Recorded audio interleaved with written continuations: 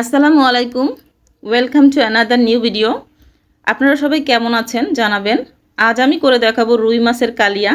বাঙালির সবচেয়ে প্রিয় এই রুই মাছের কালিয়া, সাথে থাকছে টিপস অ্যান্ড ট্রিক্স। ভিডিওটি ভালো লাগলে লাইক, কমেন্ট, শেয়ার এবং ফেসবুক থেকে দেখে থাকলে ফলো দিয়ে পাশে থাকুন। ফার্স্ট অফ অল আমি মাছগুলোকে মেরিনেট করে নিচ্ছি। মেরিনেশনের জন্য লাগছে সামান্য হলুদ, লবণ এবং তেল। আমি মাস্টার্ড অয়েল দিয়ে করছি, আপনারা রেগুলার অয়েল দিয়েও করতে পারেন। মাখিয়ে 15 মিনিটের জন্য রেখে দিব যাতে মশলাগুলো ভালো করে অবজর্ভ হয়ে যায়। আমি এই রান্নার জন্য একটু বেশি তেল নিচ্ছি, তাহলে কালিয়ার টেস্ট ভালো আসবে। এখন আমি মাছগুলোকে ভেজে নিব। মাছগুলো হাই ফ্লেমে ভেজে নিব, এতে করে মাছের ভিতরটা নরম সফট থাকবে। লো ফ্লেমে ভাজলে ভিতরটা শক্ত হয়ে যাবে, খেতে ভালো লাগবে না। মাছগুলো ভাজা হয়ে গেলে অন্য একটা হাঁড়িতে মাস্টার্ড অয়েল গরম হলে 2 টুকরো দারুচিনি, একটা তেজপাতা, 3টে এলাচ, 4টে লং দিব। মশলাগুলো থেকে সুন্দর একটা অ্যারোমা ক্রিয়েট হলে দিয়ে দিব পেঁয়াজ কুচি, 1 চামচ চিনি, নেড়েচেড়ে নিব। পেঁয়াজটা লাল বেরেস্তা হলে দিয়ে দিব পেঁয়াজ বাটা।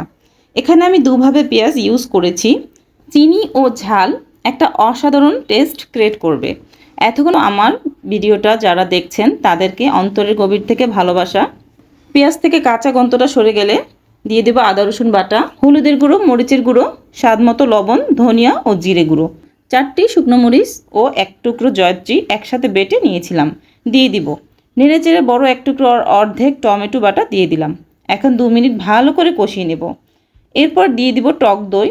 এখন চুলার আঁচটা লো ফ্লেমে করে দিব যাতে টক দই ফেটে না যায়।